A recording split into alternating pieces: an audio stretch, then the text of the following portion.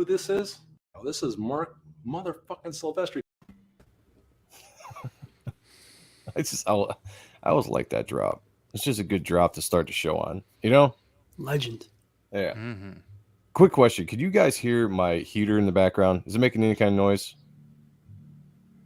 No, I think you're good. I don't think so. Okay, good. Because it's kind of cold in my studio. Even though the weather has been fantastic around here today, the studio is still cold down here. I got to run a small little heater to make sure I don't freeze to death. That's how it is sometimes, man. So how's it going, guys? Going good. Good. Sean, you look very enthused. Kind of tired. I apologize.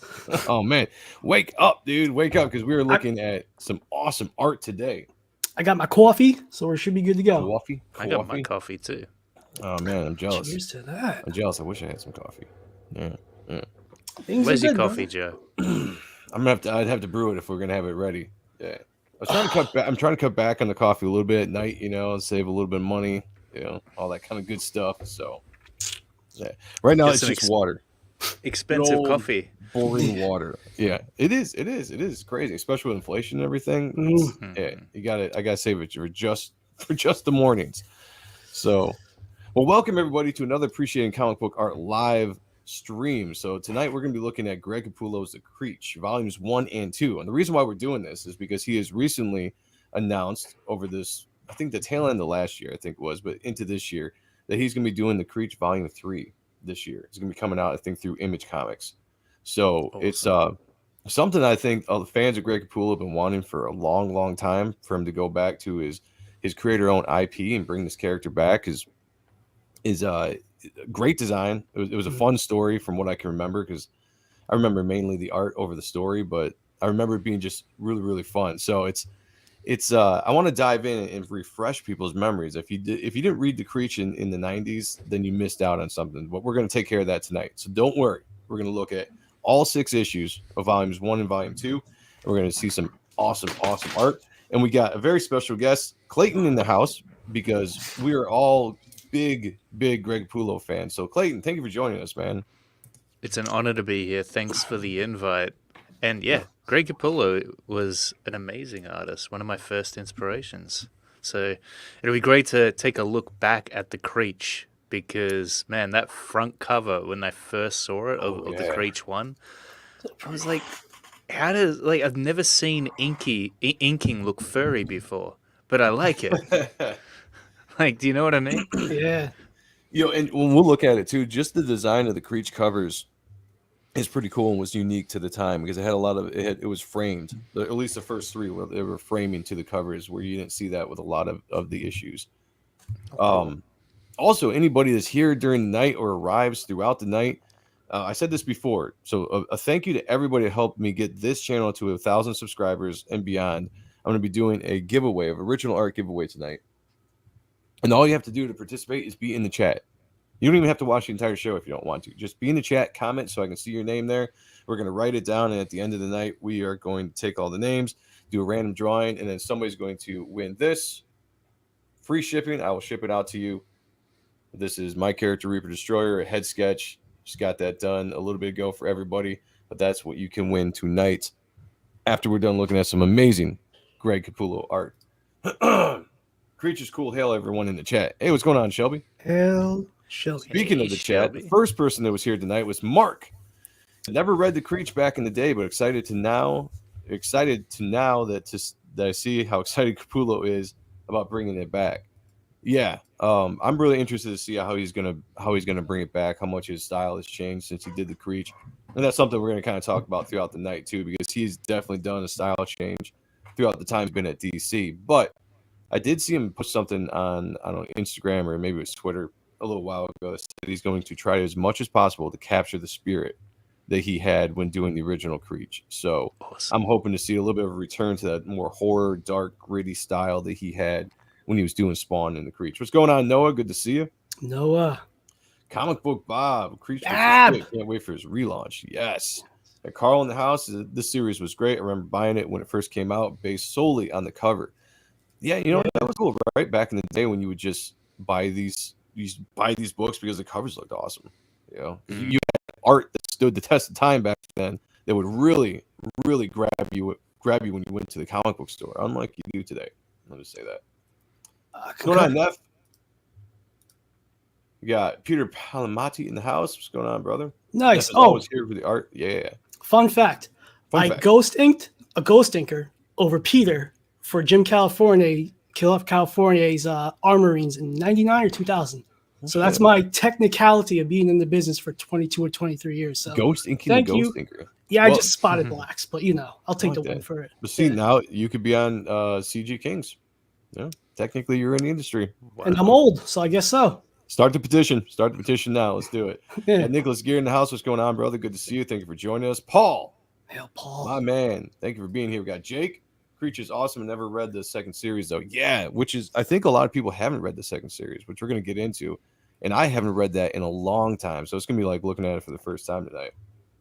I have a second issue of Creech 3 issues.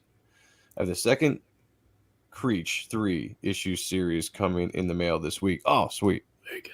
Fortunately, I've got all the series. So what's going on, Carl? Let's see. Oh, Andrew. Yeah, Andrew in the house. Sean is going to be writing you guys' names down as he pops up so I can keep track of everybody that's Crazy mad. Yeah, in the chat, so we make sure we get everybody into the random drawing we're going to do. Make sure we get is as fair as possible. As fair as possible as I can, everyone. I'm willing to take a ride. Aaron, make sure we get that name down. I got it. All right. See, Sean is on it, man. Andrew Taz, good evening, gentlemen. Good evening to you. Obviously, we saw Shelby. Scary Badman Jenkins, one of my favorite names on YouTube. Good to see you. Okay, I popped in for a win. Let's go, JMS. You're the best. Hell yeah, brother. Good to see you. So this was actually one of the sketches I was going to work on for the Silver Ash game, but I was really digging it. And when I needed some original art, I was thinking what I could give away, and I wanted to give something that was like newer to my style, and not trying to go back, because I can't give away anything from the actual campaign right now because I just can't. So I was like, might as well I'm going to do this up. Did it up nice as best as I could, and that's going to be the giveaway. Looks great. Thank you. Capullo knows it will make him more money than the bat. I think it definitely will.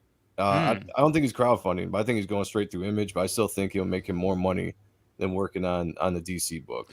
I wonder if he's worried about Batman at the moment and worried about DC in general. Yeah, I definitely would be.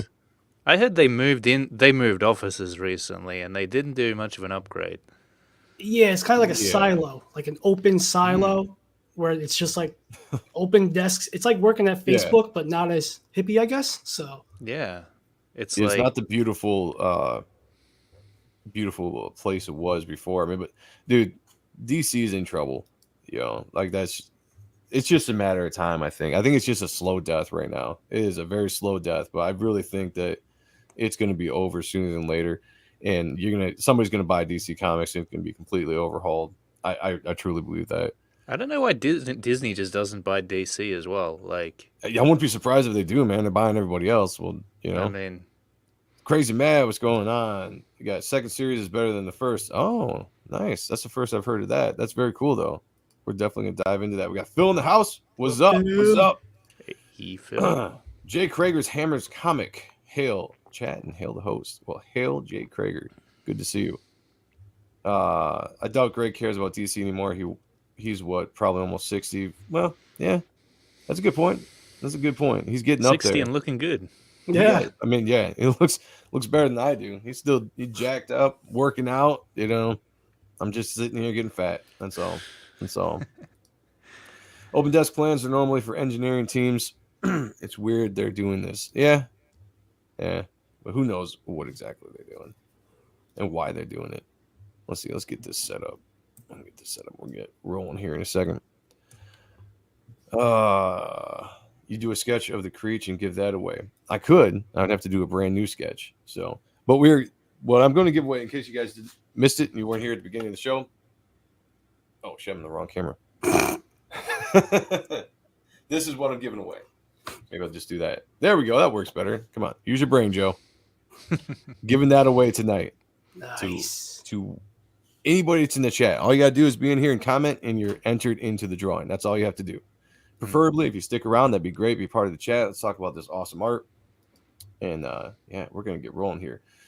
I want Paramount to buy DC. They listen to the fans, and Sonic is looking fantastic. I think anybody that buys DC and listens to the fans is gonna win. I'm not wearing pants. Yeah, I mean, he might be. He might be. Let's see. Do park benches technically qualify as open decks? They probably do. Ooh. They probably do. I got American Comics Co. in the house. Good to see you, brother. Guy. Thank you for joining us. We'll add you to the raffle, as they say. All right. I think we got everybody in here. If anybody jumps in, Sean will put your name down for the drawing. But let's get rolling on this art. We got 6 issues to look at, and it's going to be awesome. So Creech came out in 1997, I believe, or maybe 96. 7? Yeah, I think it was 97. Yeah, this A good was year. Greg. Yeah. Great year. This was Greg Capullo's first IP, his own character. After just killing it on Spawn for as many years as he did, he broke off for a second to do his. Actually, I think he did this at the exact same time. I don't think he took any time off from Spawn. Now that I think about it, and he dropped this, and this was just amazing, guys. Just forget the raffle, let me win. I got you. I like your tenacity. I I got really you. do. Like that. I respect that. Any of the current to add bad to bad is already good money after bad. Any of the current to add bad to bad is already good money after bad. Stump me on that one. Also, Kick Clayton. Can't do that, man. This is one of our prize guests here tonight. Come on, crazy man. Come on. You love me, man. Yeah. Hey, what do you think of that border, by the way, on the cover? Like, Yeah, I know okay. that you don't see that a whole lot anymore. Yeah, But so that's what we were It's talking an about. interesting thing. Yeah, that's what we were talking about right before when you had said that somebody had said that the cover had really drawn them into this book. And I was like, the thing that was interesting about these books was they, at least the first 3 all came like framed out with this border. I loved it. I thought because it was just different. It made it stand out from the other books on the shelf. You know, I think I don't know what it did, like, but it gave it some kind of prestige feel to it. I don't know if that makes sense. Les Incompetents. Yeah. We use that. It was that. Yeah, Jeremy, what's going on, brother? Hail bacon, hail. Hashtag Comicscape. I'd be interested to know what the chat thinks about this. Like, could there be a comeback of framed covers? I know that manga does it, or did a lot the last time I checked. I mean, I read some pretty old mangas, Really? but yeah, like Berserk and Dragon Ball all used to use these like framed covers. So it's cool that the American industry adopted it at some point. Because it wasn't just Greg Capullo doing it. It was also a bunch of the Image guys started doing this stuff. This was the first time I had seen it on a cover, and I will also say this, guys, just to be fair. I'm not sure when the second book of the Creech came out, the second volume came out. 2001 or 2. Okay, I caught the Creech at both times. I kind of dipped out of comics. Like this was when the Creech came out, the first series. I was kind of dipping out of comics at the time, doing other stuff in life. Then I kind of came back, and then same thing when Creech Volume 2 came out. I remember I was around for that, and then I kind of dipped out after that as well. So like I miss a lot of trends and stuff. But this was the first time I remember seeing like a framed cover like that. I love it. I love it. I think it just adds something to this particular book. It might not work with every book, but with the Creech, it really worked. And I absolutely loved the logo. Pretty much everything about this book, I absolutely loved. The grittiness of it all. Yeah. And there's a black and white version of number 1. I'm not going to cover that tonight. I do have a video that I've linked in the description below. You can go and check out that. I go over that entire book. That's a great book too. It's just a black and white version of this book. It's awesome. I like you, Clayton, but if I didn't give you shit, how would you know I liked you? That's a good point. That's a good point. It's like flirting. I dig it. Thanks, man. Full I like bleed you, or crazy. bust. I feel you, Shelby. I feel you. I think the frame cover works for the vibe of the Creech, but I wouldn't like it for every book. Yeah, I kind of feel the same way. You guys got what the fuck? Yeah, I mean, just look at him. Look at the point. bulkiness of the top of his body. Yeah, and the size of his arm, and like forearms. It's just such a cool silhouette. It's like Mickey Mouse on roids. yeah, the monstrous kind of bulky, misproportioned way that he drew this character was really great, and it actually allowed him to put him into some really unique kind of posing positions, as we'll see as we get into the art. Clayton, at this point, I just want an American Comics page can retain the ink. At this point, we just want American Comics pages that can retain the ink. Okay, I got you. Oh, okay. What does that mean? A lot of the black comes off. Oh, Really? yeah, I've heard about that. Let's see. Sean, I am going to let you take over the chat for a little bit. If you see any new names, pop them up, write them down. But I'm going to start getting into this book. You don't have to highlight everyone, just the significant ones. Okay. All right, everybody. Sean's taking over the chat. Be nice, be kind. You know, he's got this. He's got this. Give him some encouragement. Let's do this. Come on, Sean, you're good. You're good to go, man. I can do it. Yeah, let's jump into this, though. Oh, Master Dan. Hey, what's up, Past Master Dan? Good to see you. A werewolf. Ooh. Ooh. I don't know about werewolves. This was an interesting page. Yeah. I like it. It's almost like a... Actually, I have no idea what it is. It reminds me of like a movie intro, like a horror movie intro, There like you go. that you'd see on, I don't know, Texas Chainsaw when they're throwing down all the photos and stuff. I almost feel like that's a sequence like this. You can picture it if there was a Creech movie, this entire scene playing out. I think this might be like the creation of the Creech, because if I remember correctly, it's almost like a Frankenstein monster, right? And then the scientist dude like puts his his brain or whatever into this creature, if I remember correctly. It's been so long since I actually read this book. But yeah, it's awesome sequence there. And if you jump right into the book, again, guys, if you get a chance, check out the video I've linked in the description below for the black and white, because this book is awesome in black and white. But this was a time the Image was knocking it out of the park for quality of art, yes, but the colors were amazing on these books too. And Spawn specifically, like Tom McFarlane's production that he had going on was great with this. And I want to say, man, does it say who does the colors in this? Is it Haberlin? Check the back. Haberlin did a lot of good stuff. TW, who's TW? Oh, Shelby would know. Shelby who? Shelby, who's TW? Tell us. Yeah, let us know, because the colors on this are fantastic. Very moody, though. Greg was one of the greatest, and still is, at being able to draw silhouettes and just stuff like this, where you got just a silhouette of the hair and the glasses, but it captures the mood. You know, just very well. Okay, Tyson Wengler. Cool. Well, he did a fantastic job. I almost thought it was Hamberlin for a second. You don't get colors like this anymore. It's really hard to find anybody who can pull them off, actually. Sadly. A good colorist is hard to find. Yeah, that's absolutely true. Absolutely true. And again, this is Greg Capullo with Danny Mickey, who I have said before, like, I think is probably the best combination that Greg ever worked with was Danny. Second was Todd. But for some reason, there was just something that Danny did over Greg's lines that really just gave it even more energy and movement to his work. And Greg was always, Greg's a looser artist. If you look at any of the unwrapped stuff you can find from like the Court of Owls or something, he's a little bit looser of a style. So there's a lot of room for interpretation for an inker to go in there. And a guy with Mickey's style was able to really get in there and bring that out. And this was more of Capullo's kind of cartoony feel. Like the faces are much more cartoony. That's the best way I can kind of describe it. More of the more Drucker type of stuff that he's really leaned into, or what he's kind of inspired by. Yeah.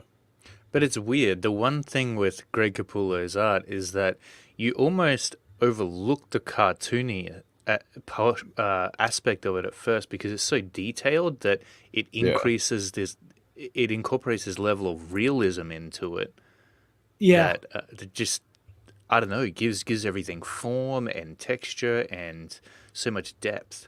So you get this very stylized characters that have tons of personality that are rendered to this high level of degree. So I guess in some ways, you add too much rendering into something, usually it takes the character out of the page and really flattens everything down. Maybe not in Greg's situation, because he was able to stylize the heck out of everything right from the get-go. Bring this down a little closer, guys. And sorry about the glare. Some of these old pages, I mean, the quality of this paper is great, but it does reflect the light. So I'll try to hold it as best I can so you can see the art.